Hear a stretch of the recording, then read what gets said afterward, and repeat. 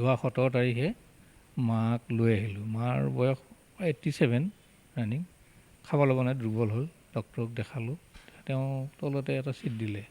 তাত চালোঁ যে তাৰমানে বৰ কষ্টৰ, ফেন নাই, লাইটো নাই, গৰমত থাকিব নোৱাৰে। তাৰমানে ৰাতিটো 8টামান 9টালৈ থাকি কিনে আকৌ লৈ গ'লোঁ। তাৰপিছত লৈ যে ডাক্তৰে পিছদিনা ক'লে কালি আকৌ লৈ আহিব। আকৌ কালি নেক্সট ডে লৈ আহিলোঁ 18 তাৰিখে। সিদিনাখন কিবা অক্সিজেন কিবা ইঞ্জেকশ্যন দিলে চেলাইনৰ লগত, সেইখিনি দিয়াৰ পিছত আকৌ লৈ গ'লোঁ ঘৰত। আকৌ অলপ কি কয় মংগলদৈ চিভিল হস্পিটেল, মংগলদৈ অসমীয়া চিকিৎসালয় বুলি কওঁ আৰু। তাৰপিছত যেতিয়া আকৌ আজি অসুস্থ হোৱাৰ কাৰণে আজি লৈ আহিলোঁ আবেলি।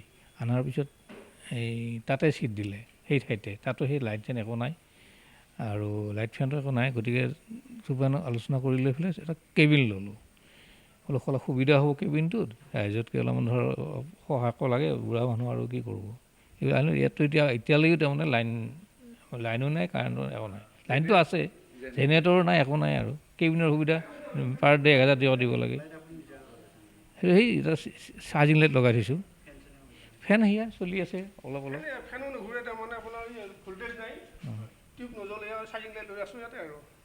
এনেকৈ চলা বুলি ক'ব লাগিব এতিয়া।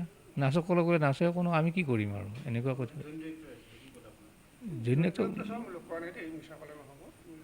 মই ক'লোঁ, কৈছোঁ অলপ চাওকচোন বাৰু, কিবা মিটিং মই কৈছিলোঁ তথাপিও। দৈনিক 1000 টকা। তাৰপিছত এই ডিচি অফিচত কিবা হেৰি হৈ আছে বোলে, কিবা ভিডিঅ' কৰি আছে, বা মোবাইল ভিডিঅ' কনফাৰেঞ্চ কিবা কৰি আছে, তাতে বোলে এই চুপাৰভাইজাৰ তাতে যোৱা বুলি ক'লে। তাৰপৰা সি কি ব্যৱস্থা লৈ ল'ব এনেকুৱা কথা ক'লে আৰু। এতিয়া কি হয় নাজানো, এতিয়ালৈকে 8টা বজা নাই আৰু। 8টা বজাৰ পিছত এইখিনি কৰিম বুলি কৈছে আৰু।